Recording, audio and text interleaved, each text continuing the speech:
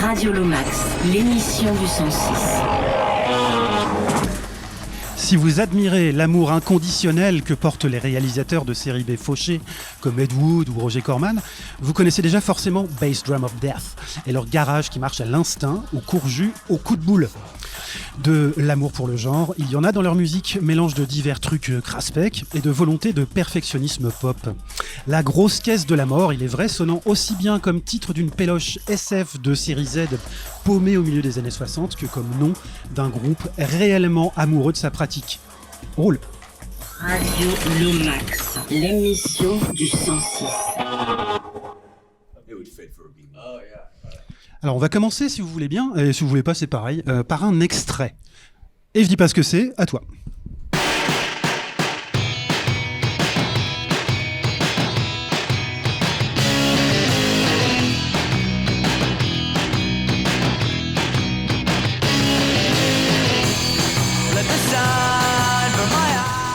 Ok, King of the Beach, right guys? Ok. Alors moi je voulais savoir justement, ça c'est Waves si vous vous rappelez, à quoi ça vous fait penser, parce qu'à vos débuts vous étiez assimilés un peu à eux et à cette vague renouveau garage, eux, Ty Segall par exemple, etc. Yeah, what does it bring to your mind?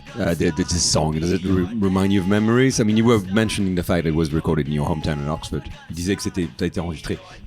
Il semble que ça a été enregistré à Oxford, Mississippi, dans leur ville d'origine. So what does it make you think of? Like, is that era you would compare to Ty Segall? Yeah, kind of that whole era where where I kind of first started, and yeah, it seemed like a pretty exciting time. And I think when they were recording that, they recorded that record in our hometown, so they were staying around town and ended up hanging out with them quite a bit. So yeah, that was really cool. Yeah, I haven't listened to that in a while. It still sounds pretty good. Ouais, donc ça lui rappelle cette période de ses débuts, une période qui était très excitante. Puis donc de confirmer que le groupe Waves qu'on entendait a enregistré ce titre ou d'autres titres dans leur ville de natale, d'Oxford au Mississippi. Et donc ils avaient eu l'occasion de traîner avec eux à de nombreuses reprises à cette époque-là. Bon souvenir. Et il n'avait pas écouté ce morceau depuis bien longtemps. Voilà. Et il faudrait nous y remettre. Six marque un retour à l'essentiel vraiment de ce qui fait le groupe, son son brut, cru, efficace des débuts. 11 titres pour 32 minutes quand même, ça va vite. Ça vient d'où cette envie de retrouver l'urgence des premiers enregistrements? Yeah, Antoine was pointing out that Six, in many respects, is going back to your roots and going back to the essence of what bass drum of death is. You know, like short songs and so. Is it intentional? Is it something that you wanted to do? Yeah, I mean, I think the whole process of how I have written songs and stuff hasn't really changed all that much. I think the difference in this is we found a producer who kind of was able to understand kind of the sound that we wanted pretty quickly and like right off the bat. And also too, the one thing that has changed is I'll still kind of write and demo the songs the same way, and then after that I bring it to Ian and Jim, and they kind of help elevate the songs and take them further in a way that that I would not even be able to get close to being able to do if I did it myself. Oui, donc John expliquait que la façon dont il écrit et compose les morceaux n'a pas changé. Il propose toujours une maquette. Et donc là, ils sont tombés sur un producteur qui a très vite saisi ce qu'ils attendaient comme type de son. Et donc voilà, c'est une des raisons pour lesquelles ils sont arrivés à ce type de résultat. Il expliquait que donc il maquette ses morceaux et ensuite il les soumet à Ian et Jim, qui sont les musiciens avec lesquels il joue et qui permettent de mettre les morceaux à un niveau qu'ils n'auraient pas pu atteindre seuls. Voilà, rappelons que le producteur en question, il s'agit de Jeremy Ferguson, qui donc a bossé notamment avec Cage the Elephant sur son album de 2020, qui a remporté donc un Grammy, donc pas n'importe quel Pékin. Moi, je persiste à retourner en arrière parce que je suis comme ça. Voilà, j'aime la marche arrière. Les débuts, c'est Fat Possum, donc qui a assuré le premier EP et le premier album, donc un label que les acharnés du garage énervé connaissent. Entre ce prestigieux label et le coup de main de Annie El Khatib en personne pour le second, est-ce qu'on peut dire que le groupe a le talent pour se trouver au bon endroit, au bon moment, ou est-ce que c'est du hasard total? Yeah, so Antoine was mentioning the producer that you work with, but he wanted to go back to the roots and to the beginnings, and Fat Possum this era, and Annie Al-Khatib, who helped you out for the second LP as well. So he was wondering if you didn't, have a knack for being at the right time in the right place and meeting the right people. Yeah, I guess so. I mean, with Fat Possum, that that label is based in our hometown in Mississippi, and both of us actually, both me and Ian, worked there in the warehouse packing up boxes. Yeah, and I think we probably, or no, I got fired, or yeah. Because you signed tennis? No, I didn't sign anybody. They wouldn't let me near any of that stuff. I was yeah, I mean, so I guess right place, right time, just in terms of I grew up in the town that they were in for that. And then I'm trying to think, I can't really remember how I got hooked up with Hani and Innovative Leisure. But yeah, I mean, that was kind of through friends, and kind of we both dug what each other was doing, and it was just a pretty good opportunity and pretty super easy and fun to work with him and everybody at his label as well. Oui, donc il disait que voilà, Fat Possum, il se trouve que c'est un label qui est basé dans leur ville d'origine, à Oxford, Mississippi. Et d'ailleurs, Ian et John ont travaillé à Fat Possum pour des petits boulots. Et John, d'ailleurs, a été viré. On ne sait pas pourquoi. Et donc, oui, ils ont eu de la chance d'être au bon endroit au bon moment, littéralement, puisque c'était là où ils habitaient. Et puis, pour ce qui concerne Annie El-Khatib, c'est par des amis communs, ils avaient les mêmes goûts, les mêmes envies, et ça a été donc une relation qui a été, ça a été très facile de travailler avec lui et très sympa. On va sauter des questions, parce qu'ils ont déjà partiellement répondu. Et qu'il faut que je joue après. Exactement.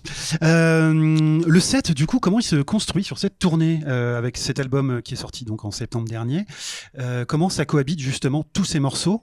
Parce que le groupe a maintenant, je pense, va sur ses 2 décennies d'existence.